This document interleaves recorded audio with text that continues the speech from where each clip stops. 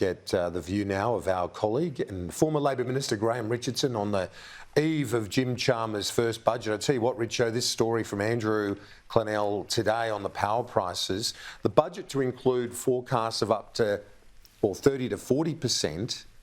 The energy regulator says potentially up to 50% increases in power prices. Difficult in an economic sense, but a massive political headache.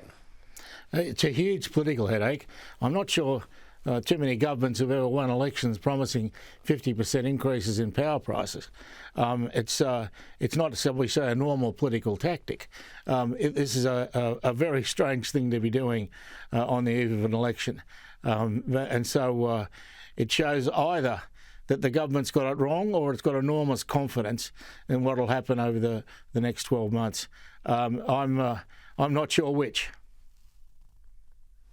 One of the things that Ed Hughes's been talking about is putting more pressure on the gas producers to try and keep a lid on the prices in a domestic sense. We know they've soared internationally because of Ukraine, but one thing we can be very certain of following the budget, that this government will act on that, and because the gas producers, they don't believe, have done enough, Richo. Well, they haven't. I don't think there's much of an argument there. They clearly haven't. They haven't done anything, and so it's up to them to at least start playing the game. You can't just sit on the sidelines, sit in the stand and have a look. They have to be on the field. And I think it's been pretty disappointing thus far. But I'm an optimist. I'm hoping that things will get better. And I think some gentle persuasion from Ed Hughesy won't do any harm.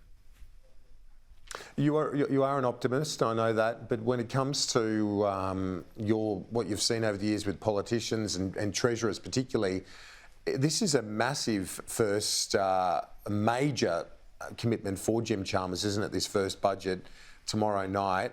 I know you're a big fan of his, but it is a test for any person that's delivering their first budget, no doubt about it. Oh yeah, this is a massive test for him, but it's one he set himself. And so he must feel that the odds are he can pass this test with flying colours. I mean, I'm a great admirer of Chalmers. He's obviously a brilliant guy, and he's obviously a really hard-working guy. So he backs up the smarts with effort. And when you've got that combination, you're not going to go wrong too often.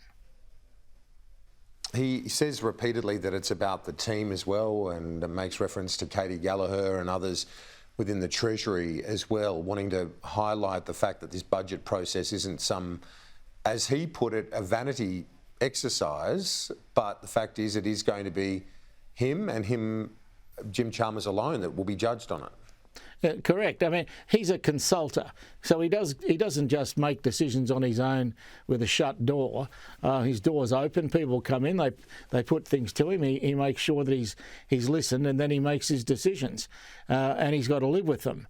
The thing is, at the end of the day, it's your budget. It's no one else's. You live or die by the reception to that budget.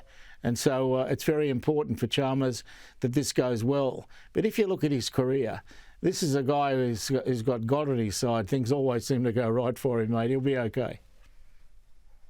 When you look at that debate about the stage 3 tax cuts floated by Jim Chalmers and then basically said by the Prime Minister it's not happening, at least for the near term, any change to those, how have you seen that evolve over the years, where treasurers have had one view or floated an idea only to be reined in or told it's not happening by the Prime Minister? Well, it's a common tactic over the years.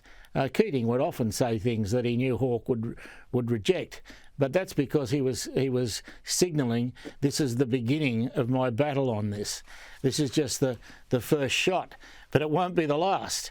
And I think that's what's happening here. Jim Chalmers can open up a new front, if you like, in the battle, and see how it goes. He can sit back and watch and see how it runs with the people. And if it doesn't run well, he can always back off. But Chalmers is, as I said, is a risk taker, but he's a risk taker who seems to get it right most of the time. So I'm always going to try and support him, because he's going to be right 99 times out of 100, Kieran. Richo, great to see you as always. Thanks. Good on you, mate. Thank you.